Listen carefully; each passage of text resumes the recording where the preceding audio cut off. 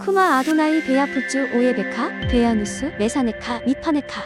여호와여 일어나사 주의 대적들을 흩으시고 주를 미워하는 자가 주 앞에서 도망하게 하소서. 샬롬 생각하는 성경 홀리아미입니다. 어제의 말씀에서 고라에 속한 사람들이 하나님의 심판을 받아 산채로 땅속으로 끌려가는 초자연적인 징계를 받았습니다. 그런 징계를 직접 눈앞에서 경험한 이스라엘 백성들은 어떠한 태도를 보여야 할까요?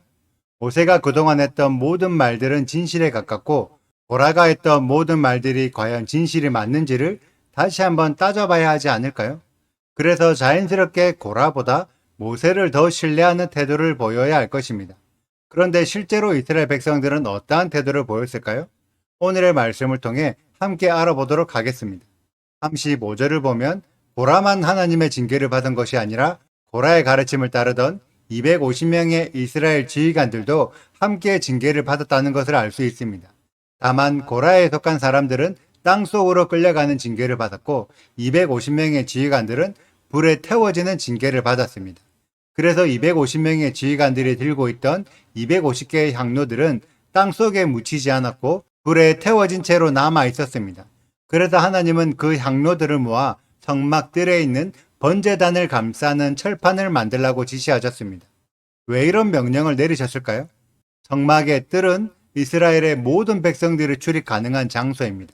그래서 여호와께 제사드리러 오는 자들은 자연스럽게 성막들에 있는 제단을 보면서 향로로 만든 철판도 함께 보게 됩니다.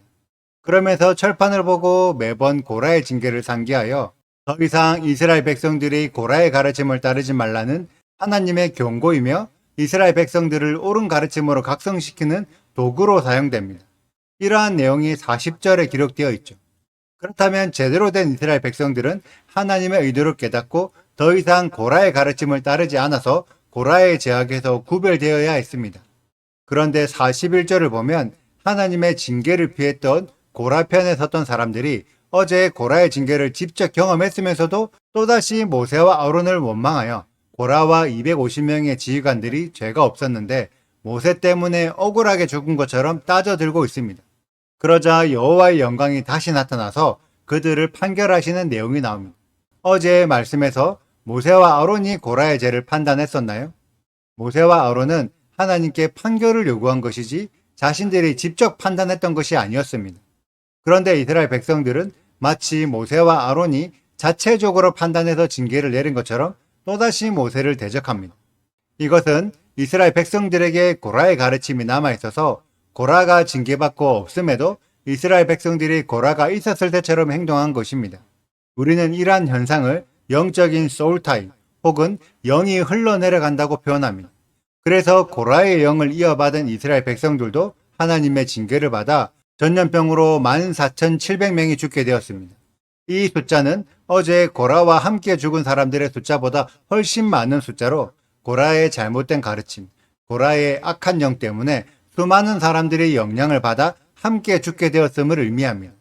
만약 아론이 모세의 명령을 따라 향로를 가지고 속죄하지 않았었다면 훨씬 더 많은 사람이 죽었을 것입니다. 이 내용이 너무 무서운 내용이라는 것을 알고 계신가요? 제가 몇 달 동안 토라 포션 영상을 올리고 있고 성경에 기록된 내용을 하나님의 마음과 연결시켜서 설명드리고 있습니다. 저의 영상을 꾸준히 보시거나 저를 직접 만나서 대화해 보신 분은 아실 것입니다. 제가 그동안 성경이 없는 저의 개인적인 생각을 전달해 드렸나요? 댓글로 많은 분들이 질문을 해주시고 저는 그에 대한 답변을 드렸는데 마찬가지로 성경에 근거한 내용으로 설명드렸습니다. 그러면 댓글을 달아주신 분들이 성경에 근거한 내용이기 때문에 모두 수긍하고 저의 설명에 납득하셨을까요? 많은 분들이 새롭게 이해해 주셨지만 그 중에 일부는 원래 자신이 알고 있던 내용들을 기준으로 저의 설명이 틀렸다고 비판하기도 하셨습니다. 물론 저도 제 설명이 100% 다 맞다고 생각하지 않기 때문에 제가 틀린 부분에 대해서는 충분히 인정하고 수긍할 수 있는 열린 마음을 가지고 있습니다. 그런데 저를 비판하셨던 분들도 이러한 열린 마음을 가지고 계실까요? 성경의 말씀과 특정 목사님의 가르침 중에서 우리가 무엇을 따라야 할까요? 설사 모든 목사님들이 맞다 할지라도 성경의 기록과 다르면 그것은 틀린 것입니다. 사람의 가르침, 사람의 판단은 결코 완벽하지 않습니다. 하지만 하나님의 판단은 결코 틀리지 않습니다. 그렇기 때문에 우리들은 하나님의 판단을 따라가야 하지 사람의 가르침, 사람의 판단을 따라가면 안 됩니다. 사람을 따라가다 보면 어느 순간 고라의 가르침, 고라의 악한 영과 소울타이 됩니다. 그래서 이스라엘 백성들이 어제 하나님의 징계를 직접 보고서도 오늘 또다시 모세를 대적하는 동일한 죄를 짓게 되죠. 제가 성경에 근거한 설명을 들었음에도 불구하고 자신이 기존에 알고 있던 생각과 다르다는 이유로 저의 설명을 무조건 비방하신다면 그것은 제가 아니라 성경 자체를 거부하는 것으로 우리들도 고라의 죄를 짓게 되는 것입니다. 우리들이 그러한 믿음, 그러한 신앙을 가지고 있다면 그 끝에는 구원이 아니라 심판이 기다리고 있습니다. 이것이 오늘의 말씀이 알려주고 있는 것입니다. 저는 저의 영상, 저의 설명이 최고의 가르침이라고 결코 생각하지 않습니다. 그래서 여러분들이 저의 설명에서 잘못된 부분이 있다면 언제든지 지적해 주시고 올바른 성경적인 근거를 제시해 주셨으면 좋겠습니다. 그로 인해 저도 더욱 좋은 가르침을 배우고 더욱 올바른 믿음을 가질 수 있도록 함께 이끌어 주셨으면 좋겠습니다. 지금의 시대는 모두가 진리를 모르고 있기 때문에 모든 사람이 하나님의 징계를 받아 전염병으로 죽어야 될 상황이라고 생각합니다.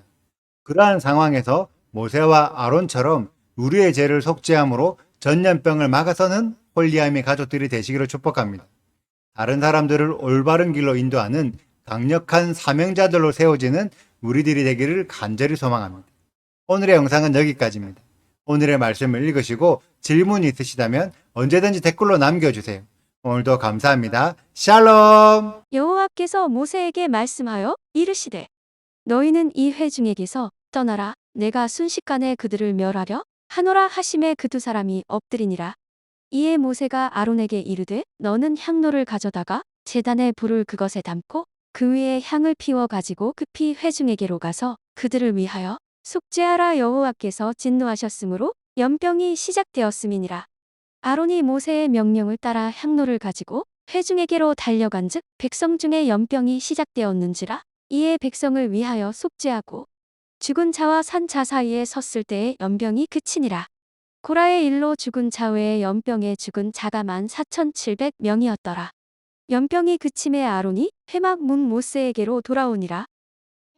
구독과 좋아요를 눌러주세요. 그리고 알림 설정도 해주시고요.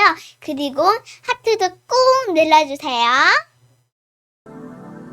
슈바 아도나이 리베보트 할레페 이스라엘 여호와여 이스라엘 천만인에게로 돌아오소서.